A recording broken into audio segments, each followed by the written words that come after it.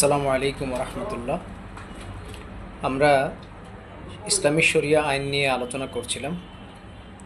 আজকে আমরা ইসলামী শরিয়া আইনের প্রথম উদ্দেশ্য ধর্মের সুরক্ষা নিয়ে একটু বিস্তারিত কথা বলতে চাই। ইসলামী শরিয়া আইনের 5টি উদ্দেশ্যের একটি উদ্দেশ্য হচ্ছে ধর্মের সুরক্ষা।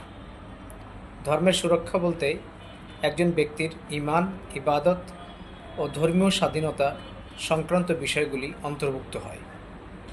সুতরাং ইসলামী শরিয়া আইন এই সকল বিষয়ে, যেমন ইবাদত, নামাজ, রোজা, হজ, জাকাত এই জাতীয় ইবাদতগুলিকে পালন করার নির্দেশনা প্রদান করে এবং এগুলি ব্যাহত হয় এমন যে কোনো কর্মকাণ্ডকে নিষিদ্ধ ঘোষণা করে।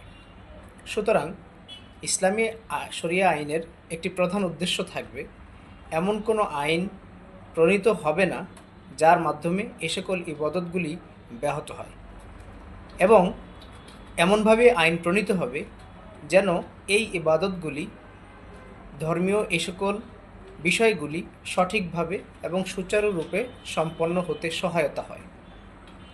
পবিত্র কোরআনের সূরা আল ইমরানের 110 নং আয়াতে আল্লাহ রাব্বুল আলামিন ঘোষণা করেন, কুনতুম খায়রা উম্মাতিন উখরিজাত লিন-নাস তা'মুরুনা বিল মা'রুফি ওয়া তানহাউনা আনিল মুনকার।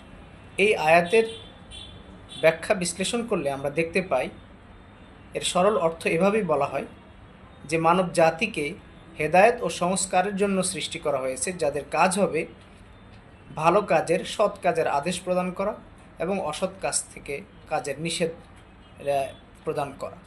সুতরাং এই মূলনীতির আলোকেই ইসলামী শরিয়ার আইনগুলি প্রণীত হবে, যার মাধ্যমে ধর্মীয় সুরক্ষা নিশ্চিত হবে।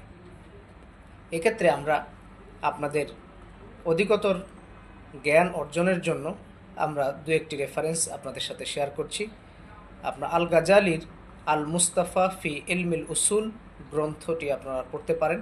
এছাড়াও জাসের আওদা কর্তৃক রচিত মাকাসিদ আল শরিয়া অ্যাজ ফিলোসফি অফ ইসলাম, এই বইটিও আপনারা কনসাল্ট করতে পারেন বিস্তারিত জানার জন্য।